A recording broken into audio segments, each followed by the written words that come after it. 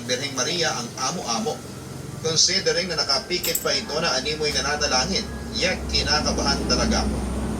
Holy fear kaya ang umiiral sa aking damdamin. Hindi ko alam. Ipinikit ko na lamang ang aking mata and I started praying the rosary. Nasa kalagitnaan pa lamang ako ng first mystery nang may marinig akong tinig. Parang may sumasabay sa akin habang nag-rosaryo ako at nagdarasal ng Hail Mary. Pabulong na tinig. Pausang boses, parang boses ng matanda. Nagmulat ako ng mga mata, baka ako'y may pumasok sa loob ng kwarto na hindi ko namamalayan at sinabayan ako sa panalangin ko. Pero walang ibang tao sa kwarto kundi ako. Tumingin ako sa imahe ng Birheng Maria sa aking harapan. Hindi pa rin nawawala yung mabigat kong nararamdaman. Ipinikit ko ang aking mata at nagpatuloy sa panalangin. Pagbigkas ko ng Hail Mary ay narinig ko na ang tinig na sumasabay muli sa akin. Ibang-ibang kabang aking nararamdaman. Natakot na ako yet buong loob ko pa rin itinuloy ang aking pagdarasal ng Hail Mary. Sumasabay sa aking tinig yun. Hanggang maramdaman ko na lamang na may humahatak sa rosaryong hawak ko. Diyos ko, natakot na talaga ako. Napamulat ako ng mata at pagtingin ko sa imahe ng Birheng Maria sa aking harapan ay nakadilat na ito. Nakatingin siya sa akin na parang galit na galit. Takot na takot ako. Natumba pa nga ako at napahiga sa may sahig at pagtingin ko ulit sa mukha ng imahe ng Birheng Maria ay nakapikit na ito tulad ng dati. Pero iba na talaga ang naramdaman kong takot. Lumabas ako ng kwarto at hindi ko na kasi nakayanan.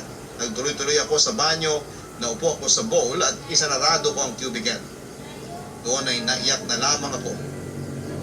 Sa isip-isip ko, Papa Dudut, ay bakit nagagalit sa akin ang Birheng Maria? Ano ang nagawa kong kasalanan?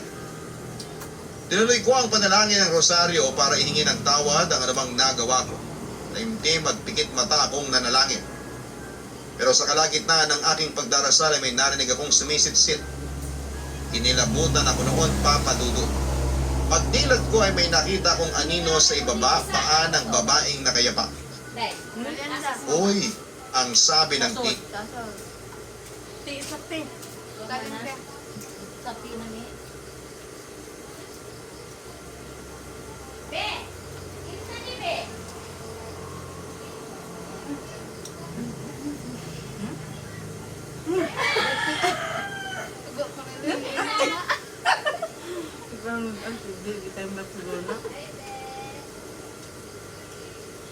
Nanti ang puan, kung nga, uwal mo sa antiyan.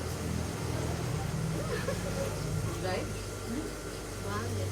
Ganito bang itong sigarin na to? Nanti ang puan, kumaan ko din. Na, kita na, hindi mo uwang.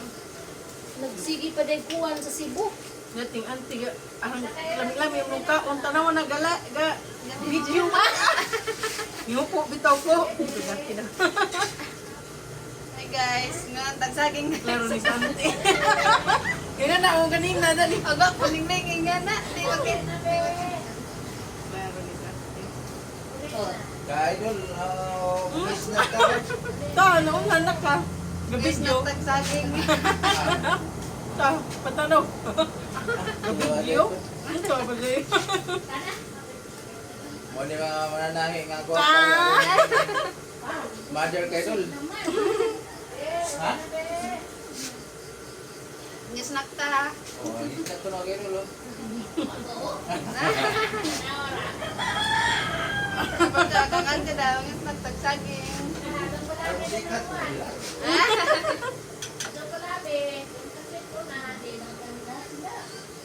Na Manila? Manila. Ka-idol, mananahi kung mabasay ka-idol ay. Hired na sa gika kan ulit kan dihay buhol. Kan isidro kan ulit. Kan dihay buhol. Maunta. Amo ni Kano. Available ka naman na ka-idol. Tagsaging. Wow. Kami sa camera ay ka-idol. Sana na. Nisnak Puro na nga tagsaging. ang polis na ka-idol. Ning doha, kinsa ay ambam na. Main man ka ha. Mga available. Siya yung mga hair dali okay. Grabe tayo sa kong mother. Taghangayok tayo mga gaidol. Ang gaidol nga original, pasto na sa isa sa kumahan. Iwaso na mga gaidol. Kaya na pag-pilipilis ng sunod buwan. Gaidol. Ay, kalis.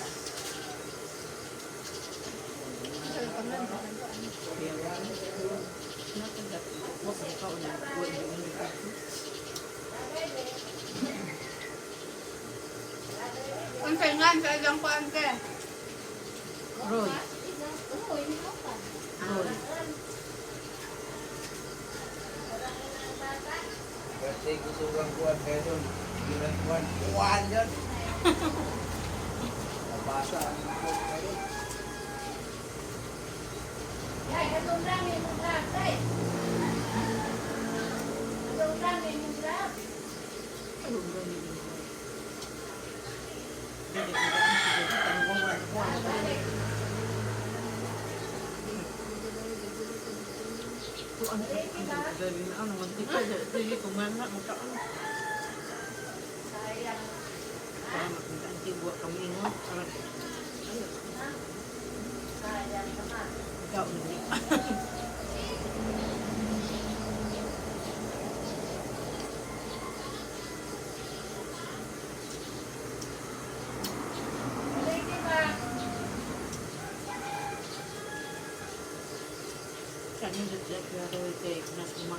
Ili makakataw ni Unda.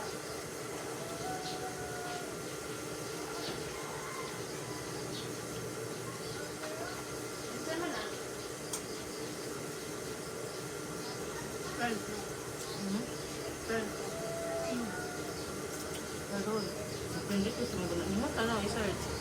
Friend mo. Kailangan. Kailangan apa ya?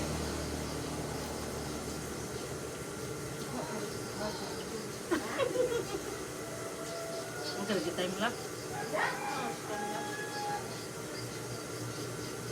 Deliver ko. Hmm?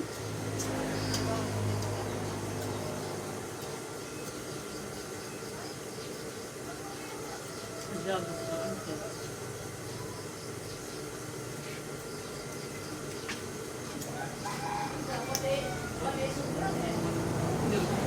Panagasnak ka.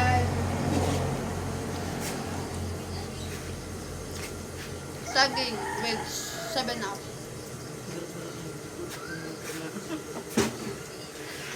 Saging with asin.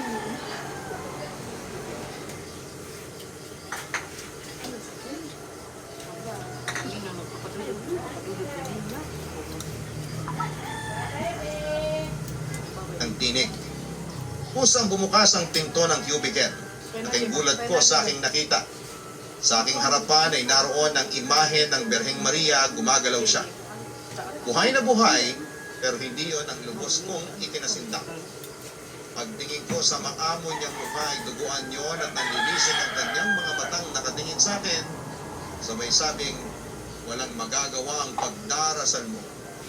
Wala, sigaw nito sa akin. Nagsisigaw na lamang ako sa takot ko, Papa Dudu, hanggang sa tuluhan ako ng aking mga kaibigan. Pinasok nila ako sa banyo at tinulungan makatayo mula sa pagkakaupo ko. Napayakap ako sa kaibigan kong si Maylene. Umalis na tayo dito, ang umiiyak kong sabi. Umalis na tayo, insisto. Umalis agad kami ng mga kaibigan ko noong araw rin yun. Nagsisahin ako ni na Maylene at Sherin kung bakit bigla akong nagayang umuwi ay ikinuwento ko na sa kanila ang mga nangyari. As usual ay hindi sila makapaniwala sa aking sinabi. Talaga, Pisa? Nagpakita sa iyo ang Birheng Maria? Ang tanong ni Maylene sa akin. Oo, nakita ko ang aparisyon ng Birheng Maria, pero malakas ang kutob ko na hindi siya yun. Na Diablo ang nagpakita sa akin, ginagaya lamang niya ang imahe ng Birheng Maria. Tugon ko sa kanya. Baka sinusubok ang pananampalataya mo, ang sabi pa ni Sherin. Halos atakihin na nga ako sa puso sa takot eh. Siya rin, yun ba ang pananampalatayang sinusubok? Tinakot nila ako. Tinakot ako ng kung anumang yun na nagpakita sa akin. Protesta. Hindi na kami muling magbalik sa lugar yun hanggang sa mabalitaan na lang namin na lumipat na raw sa Isabela na ang kanilang puon. Ang mga taga-Nueva Ecija ang may-ari ng puon at ang mga miyembro nito. Nagpupunta ito sa kung saan-sang probinsya na animoy nilalako ang imaheng daladala sa bawat aryong puntahan. Pagkamat hindi nagbago ang aking pananampalataya ay hindi ko pa rin makalimutan yung imaheng nagpakita sa akin. Alam ko hindi yun galing sa kabutihan. Samantala, akala ko papadudod ay doon na matatapos ang nakakatakot kong experience na yun. Pero nagkamali ako dahil lumipas ang maraming taon. Muli akong bumalik sa simbahan namin para doon magdasal pero naging pala ko. Nang makita ko ang puon ng Birheng Maria kung saan ay nakita kong sinasaniban ang anong kapangyarihan ng Pilipinas. Papadudot nang makita ko yun ay dali-dali akong lumabas ng simbahan at nagtungo ako sa katapat na lilaman. Yun ay nakita ko nga ang puon na nakita ko sa loob. Ng puon kung saan may masama akong karanasan ay iisa lamang.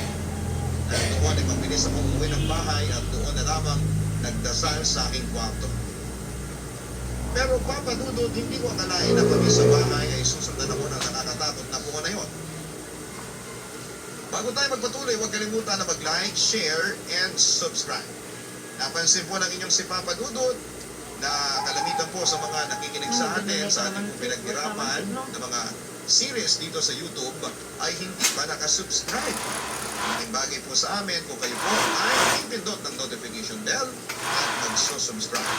Meron din po ang support na sana ang gawin natin para sa Kaistorya YouTube channel at Papa Dudut Family YouTube So, channel. ako kay nakitaan ko. Sa pagpapatuloy, Yung koob ko kay nakitaan ko. habang nagdarasal ako, ay nakalig ako ng mga sitsit.